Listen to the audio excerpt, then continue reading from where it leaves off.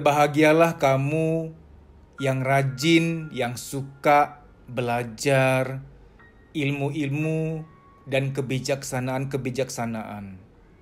Karena hidup tanpa ilmu itu akan salah arah dan banyak penyesalan. Hidup tanpa kebijaksanaan akan terjadi banyak luka yang gak perlu. Ada luka yang perlu, ada luka yang gak perlu. Luka yang gak perlu terjadi adalah luka-luka yang kalau kamu cukup mengerti. Luka-luka yang gak perlu terjadi adalah luka-luka yang sangat bisa dihindarkan kalau kamu cukup mengerti. Harus mengerti. Karena tahu aja gak cukup. Harus mengerti. Mengerti itu levelnya di atas tahu. Ketika kamu tahu, harus naik level lagi menjadi mengerti. Saya akan bahas mendalam banget soal psikologi alam semesta. Sebelum saya masuk ke intinya, saya mau sedikit berikan pengantar. Alam semesta ini begitu seimbang. Ada terang, ada gelap. Ada wilayah yang berudara, ada wilayah yang hampa udara. Di bumi ada udara, ada atmosfer. Tapi di luar bumi, di angkasa sana hampa. Bagi kamu yang terlalu mempertanyakan kegalauanmu, kenapa aku galau, kenapa hidupku begini, hatiku hampa, aku harus kemana, aku harus gimana, aku gak enak, aku gak nyaman, aku gak bahagia, hidupku hampa, hatiku hampa. Ketahuilah jauh sebelum engkau hampa, keadaan di luar bumi sudah hampa terlebih dahulu dari zaman-zaman kapan. Kehampaan sudah terlebih dahulu ada. Jauh-jauh waktu sebelum hampanya hatimu yang sedang kau permasalahkan ini. Terkadang kita mengalami, merasakan kehampaan dengan sikap yang gak wajar gitu loh. Aku hampa, aku gak punya siapa-siapa. Hidupku gak berarti. Aku mau kemana ya? Aku harus ngapain ya? Aku tuh gak ngerti lagi. Aku hampa, aku gak bahagia sama sekali. Hidupku sedih banget, kosong. Seolah-olah kehampaan tuh hal besar sekali. Padahal alam semesta ini, jagat raya ini, komposisi dominannya kehampaan. Angkasa itu penuh dengan kehampaan, hampa udara. Karena begitu kita ngerti ini, kita akhirnya akan menerima, ada acceptance. Kita bisa hampa, kita bisa kosong, bisa galau, bisa merasa nggak berarti. Sekarang saya mau tanya kepada kita semua. Kalau hampa memang kenapa? Hampa memang kenapa? Apakah kalau hampa tidak bahagia, nggak boleh hidup? Tolong dong jawab dulu dong. Harus jawab deh. Apa jawabanmu? Emangnya kalau nggak bahagia, emangnya kalau hampa nggak boleh hidup?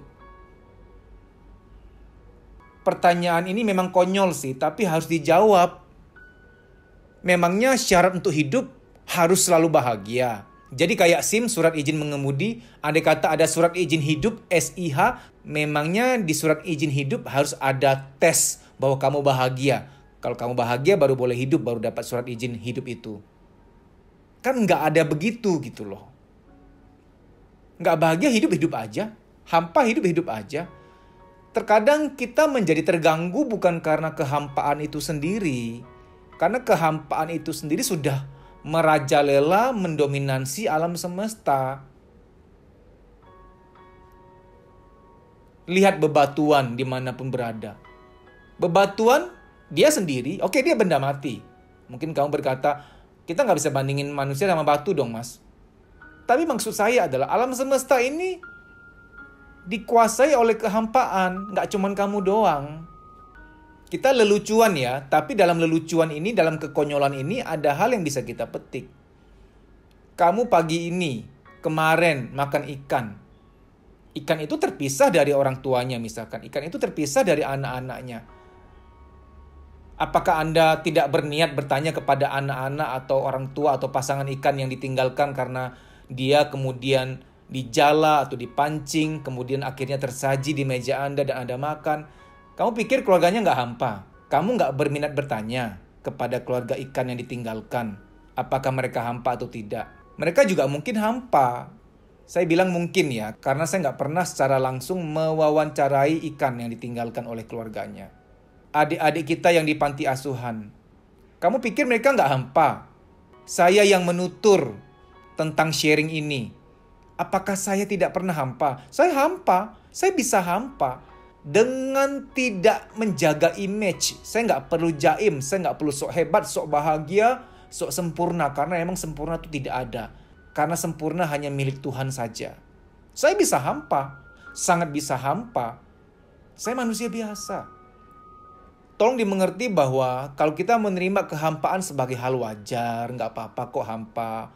Hampa masih boleh hidup kok. Nggak bahagia nggak apa-apa kok. Hidup ini tidak hanya mengenai Anda dan saya ya. Perputaran-perputaran, pergantian-pergantian alam, cuaca, gelap terang, panas dan dingin. Apakah tidak cukup mengajarkan kepada kita bahwa ya emang gitu, hidup tuh silih berganti. Gara-gara malam pagi menjadi berarti. Gara-gara pagi, siang, sore, malam jadi berarti. Coba hidupmu pagi aja terus. Capek loh. Coba hidupmu malam aja terus. Tidur aja terus. Capek juga loh. Oke, kita mulai masuk ke inti pembahasan. Terkadang penggantian, shifting, silih berganti itu perlu loh. Terkadang kesedihan diizinkan agar kamu cukup menghargai bahwa yang kemarin itu bahagia loh. Terkadang kesedihan itu sangat penting untuk terjadi. Diizinkan terjadi untuk maksud yang indah. Agar kamu sadar, agar kamu ngeh bahwa kebahagiaan yang kemarin itu harusnya aku syukuri. Tapi kok nggak ngeh ya?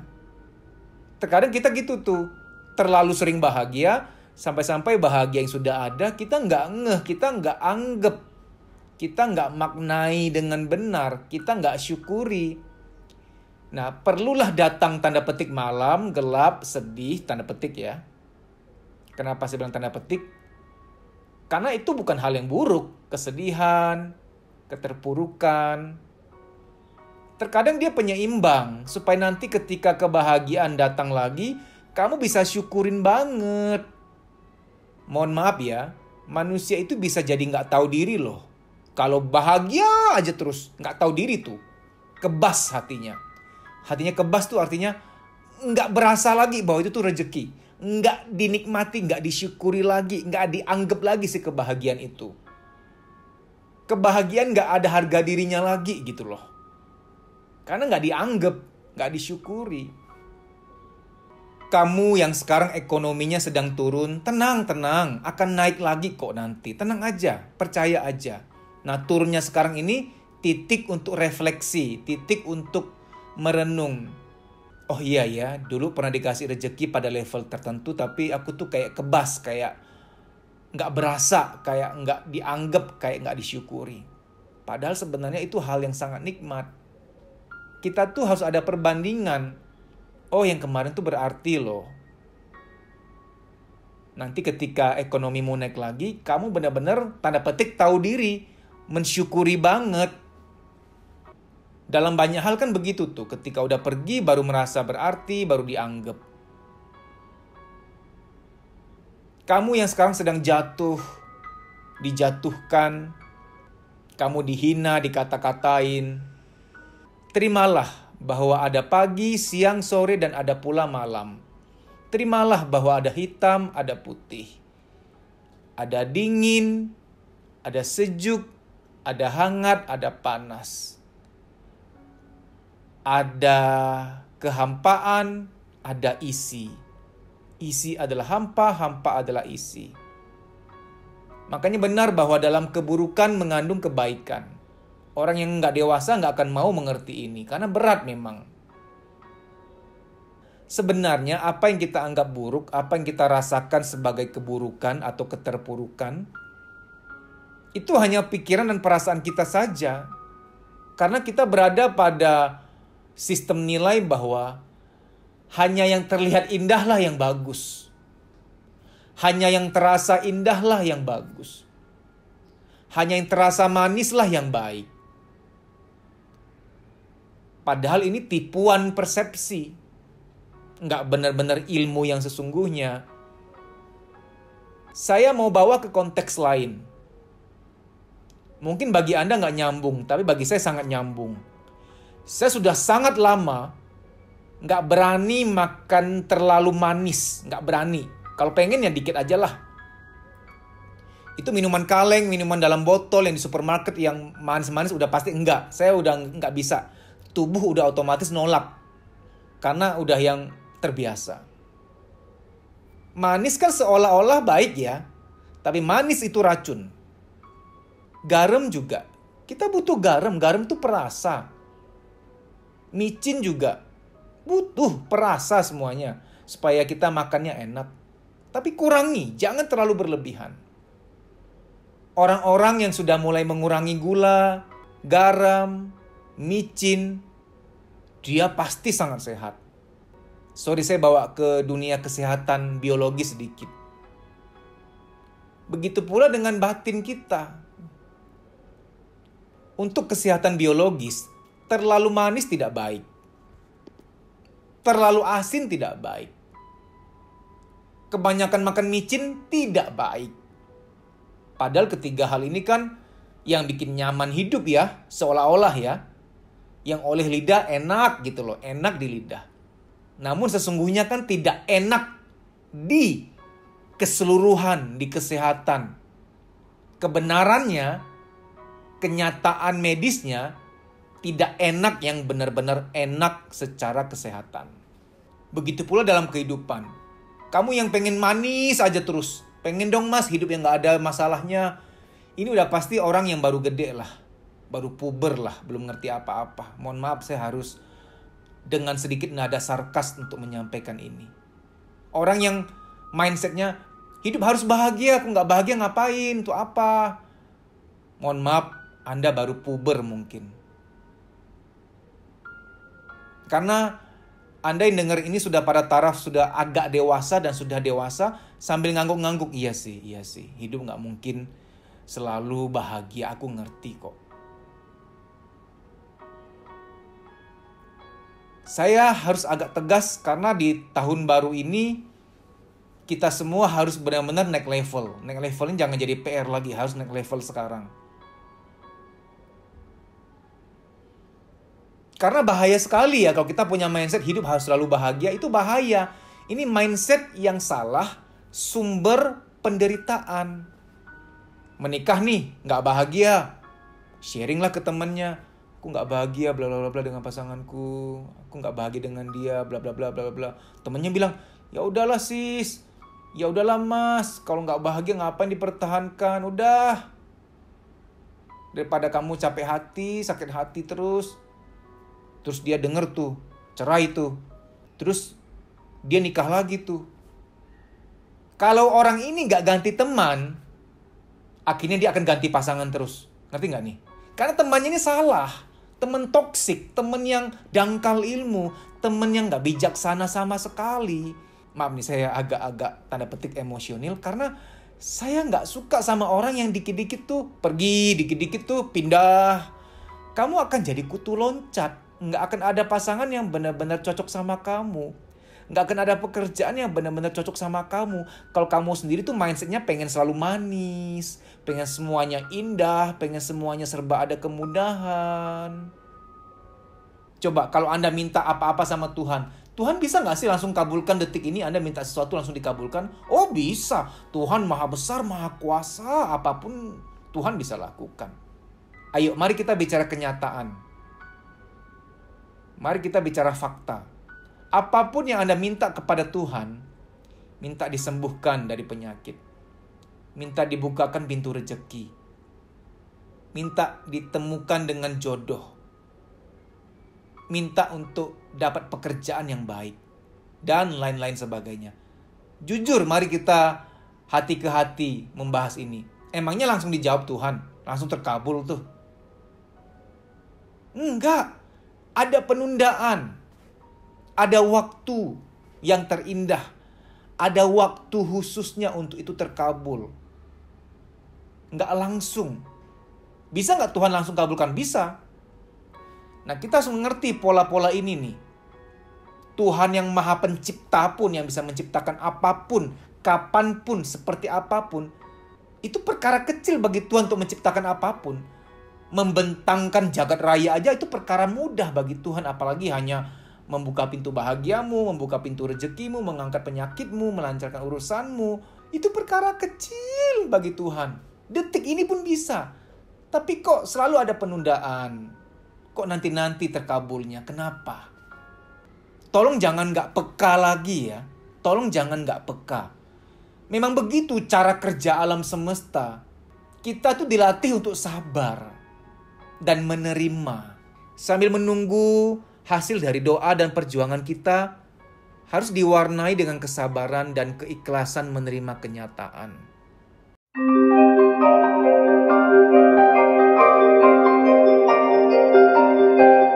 Kamu bisa follow Instagram saya deddysusanto.pj_official.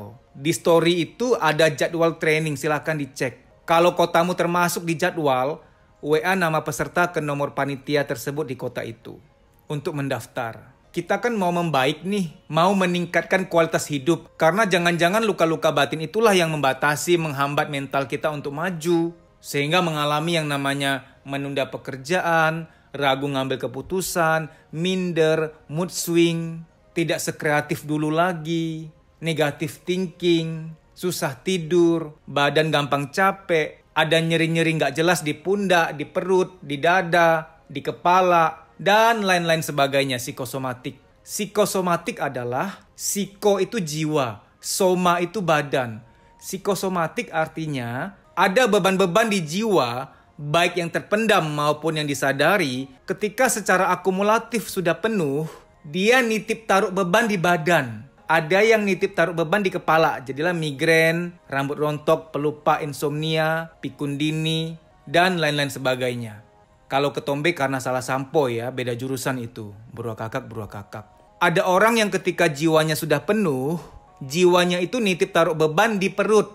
Jadilah mah, nyeri head berlebihan, nafsu makan tinggi, nafsu makan rendah, dan lain-lain sebagainya. Saya nggak mau sebut nama-nama penyakit lain yang wah ya. Tidak baik menyebut nama-nama penyakit seperti itu karena dapat mensugesti. Saya sebutkan hanya gejala-gejala kesehatan yang sering dialami oleh kita semua, yang ringan-ringan. Time doesn't heal. Waktu tidak menyembuhkan. Kita perlu berusaha untuk memulihkan diri kita. Ada doa, ada usaha. Harus seimbang. Kalau ternyata setelah kamu lihat jadwal di Instagram saya, tidak ada kotamu terdaftar di situ, apa boleh buat kamu ikut training secara pribadi. Ini coaching pribadi. Nanti via WA call dengan saya. Tapi harus daftar dulu. Nah, daftarnya agak beda. DM, Instagram, kuliah psikologi. Daftar di situ DM dulu. Bilang bahwa kamu mau daftar training private, coaching private. Baik demikian ya, semoga informasi ini bermanfaat. Terima kasih.